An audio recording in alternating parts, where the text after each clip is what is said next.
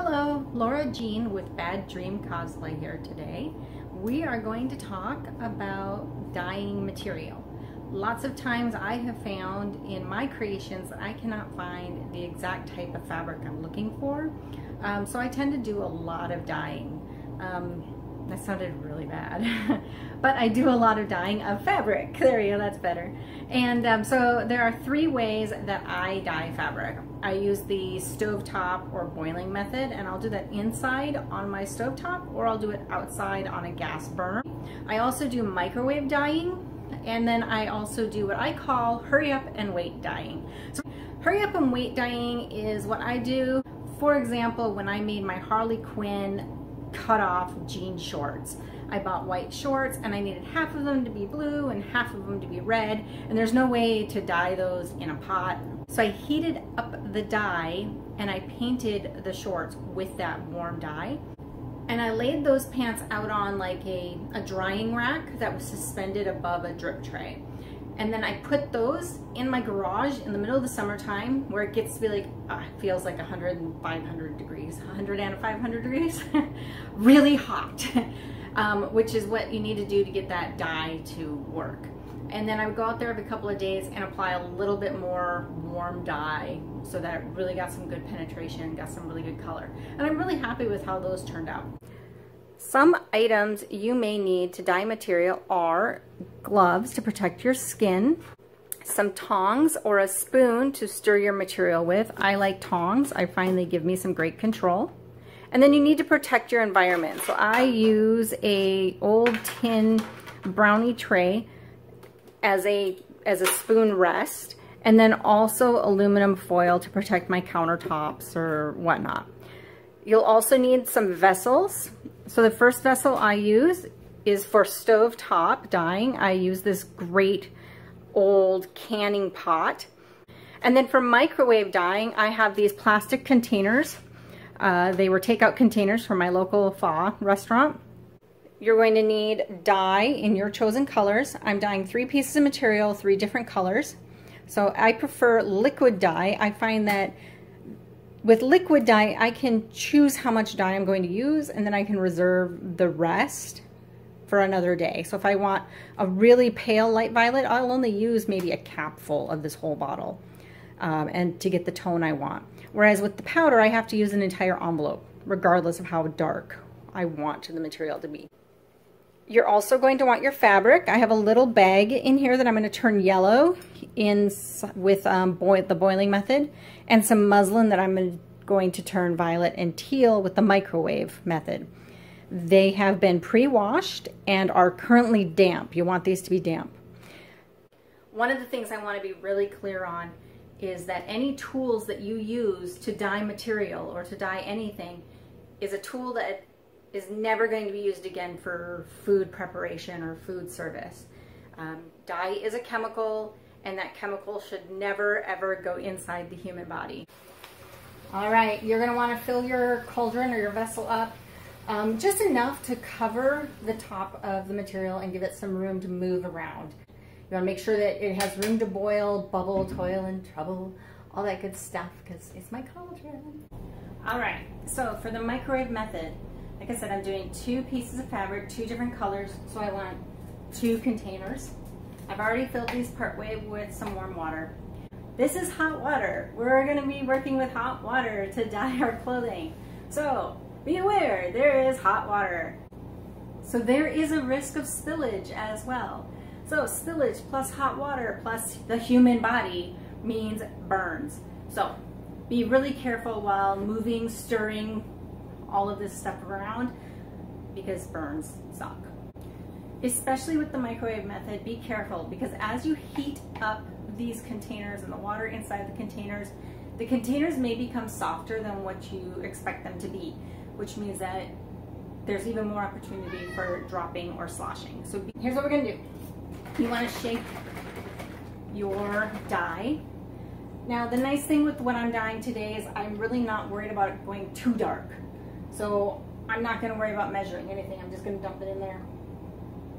Ooh, pretty teal. And the same with the other one. You can tell I've got my tin foil down, aluminum foil. down to protect against sloshes and spills, which is always a good thing. I also have a roll of paper toweling handy just in case I have a slosh or a spill. And then some disposable stirring devices. Again, you don't want to use the silverware that you use to eat to dye your food. Dye is not healthy for human beings. So we don't want to get that in there. All right, we're gonna go ahead, we're gonna get this started. I do have lids for these containers. I am not tightening the lids on. I'm just setting them on top to keep from splattering inside my itty bitty teeny tiny microwave. All right.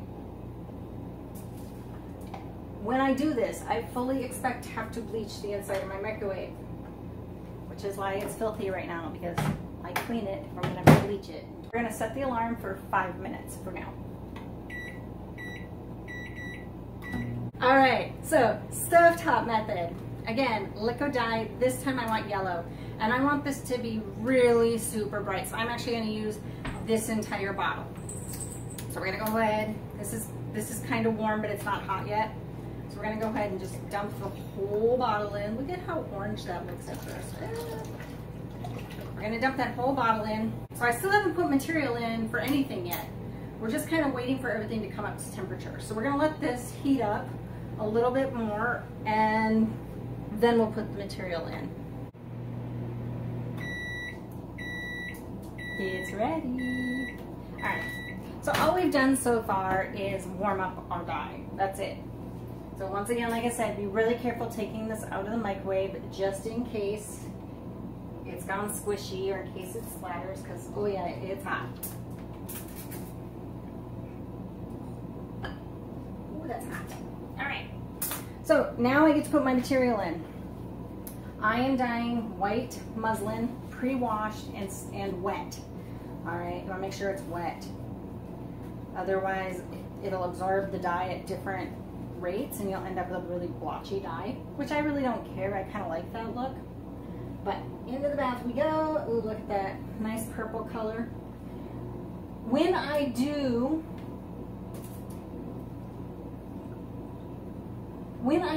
care about the color, the exact depth of the color, what I will do is I'll take a little piece of paper towel, and this is as I'm adding dye, very slowly and carefully.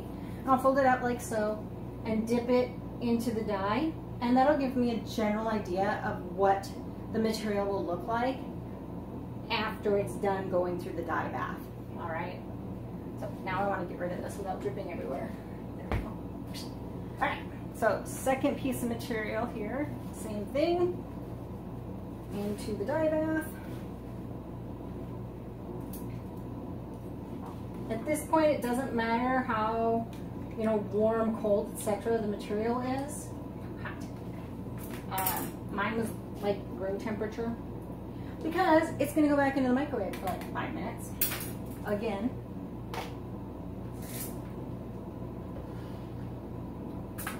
Very carefully because it's hot. And we're just barely setting those lids on top of the containers just to help control any splatters inside them. So here's the cute purse or canvas purse that I'm going to be dyeing. So here we go. All right, look at that yellow. And that's just one dunk. So now what we're gonna do is we're gonna leave it in there and we're gonna let it go. I like to check my materials about every 5 minutes or so. However, the instructions say 30 minutes, but you know, it's more of a suggestion in this case. There is a lot of really weird factors that go into dyeing material. It can be as much as temperature, whether or not you add salt to your dye bath, how hard or soft your water is, how long you go for, what temperature you go for. So it is a lot of just fiddle-faddling around until you get it right. And then not being so just in love with a very, very ultra specific idea or color, because it's going to be a 1 in a million shot of getting that perfect purple or that perfect yellow. You got to be a little flexible here with dyeing, okay? So we've had about 5 minutes in the microwave here. We're going to pop it open. We're going to very carefully take it out.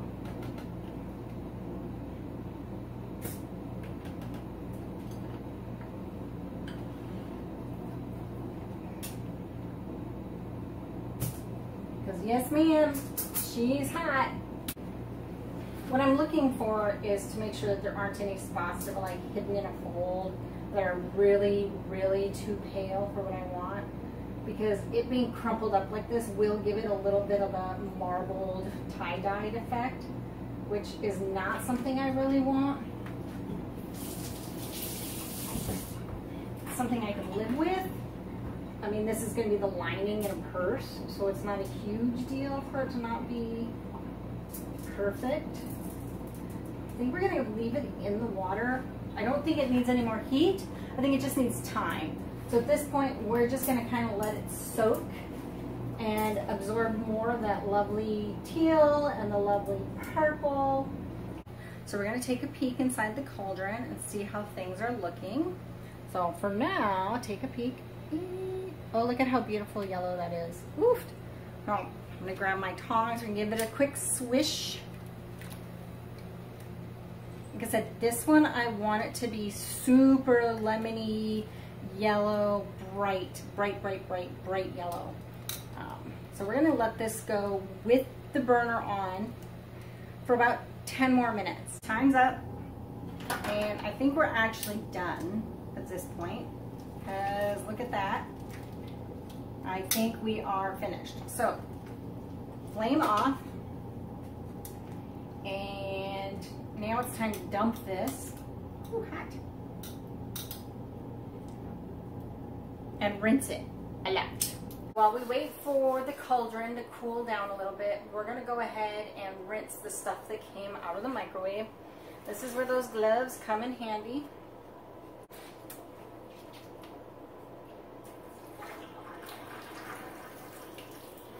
So what we do is we're just going to turn on some cold water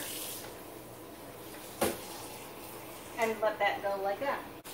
And we're going to do this with both of the containers.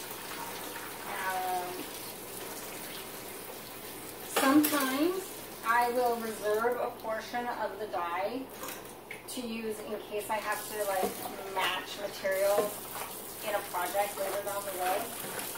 But in this case, I actually dyed probably twice as much material as I actually needed. So I'm not worried about reserving dye.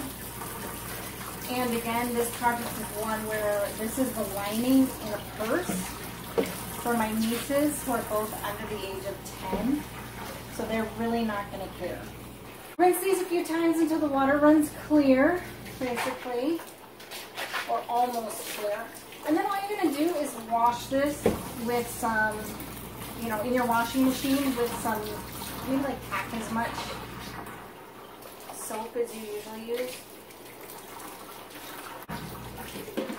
Look at that. That turquoise turned out so pretty. And so did that purple. It's almost an eggplant color. Alright.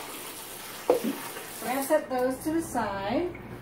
And I'm going to go grab the cauldron. For the cauldron, I'm going to have to grab some hot pads because that sucker is hot and it's heavy. So same situation, we're going to dump it out, and then we're going to rinse the material until it runs clear.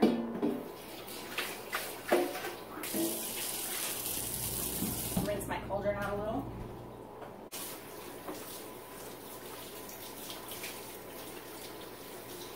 So this may have come out a little bit more orange than I liked. I really wanted more of a yellow, but I'm really still happy with it. It still will very much go with the outfit that I wanted it to go with. Alright, so the yellow came out really nice, as did the purple and the turquoise. So I'm going to wash them, and I'll come back and I will show you what they look like after they've been washed. And then probably tomorrow, once they're washed and dried, I will show you, and stitched all together, I will show you the finished product. Alright, until then.